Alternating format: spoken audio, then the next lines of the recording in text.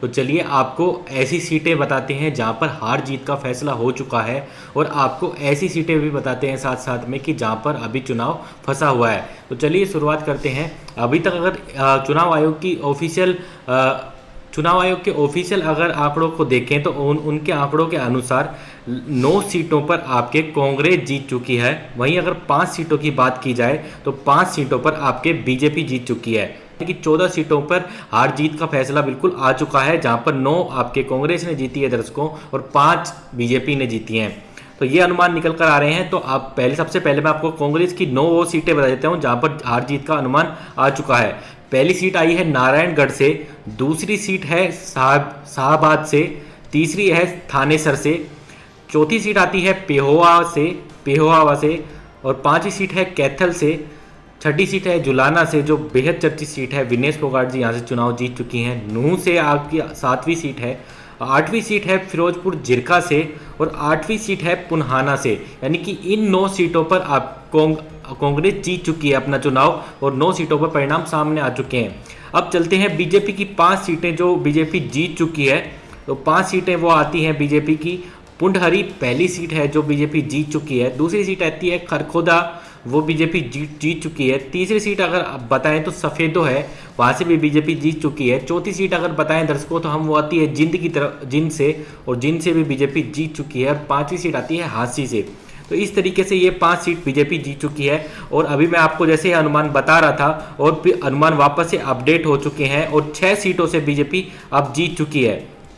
छठी seat आ रही है आपके भिवानी से, और भिवानी से भी बीजेपी जीत चुकी है। घनश्याम सराफा जी यहाँ से चुनाव जीते हैं करीब 32,000 वोटों से। वहीं अगर कांग्रेस की बात की जाए तो कांग्रेस की भी एक सीट बढ़ चुकी है। अब 10 सीट आपके कांग्रेस जीत चुकी है, और जो 10वीं सीट निकल कर आ रही है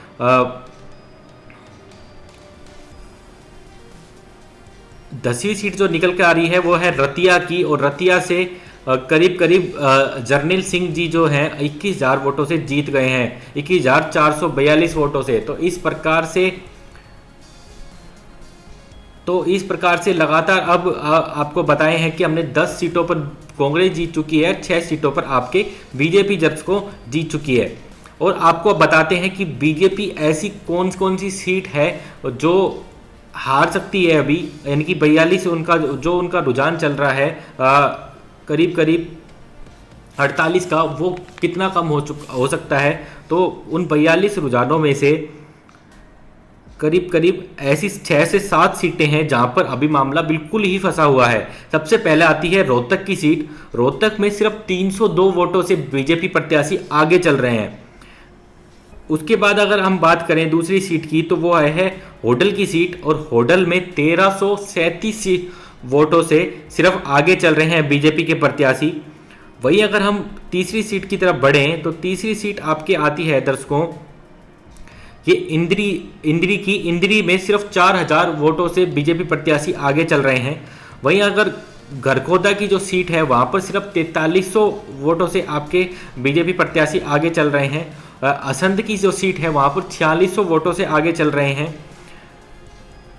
तो इस तरीके से काफ़ी अभी ऐसी सीटें बच रही हैं जहां पर 5,000 से नीचे का मार्जिन चल रहा है, और वहां पर परिणाम किधर भी जा सकता है। और अभी वहां पर 2 से 3 आपके राउंड की काउंटिंग भी बाकी है।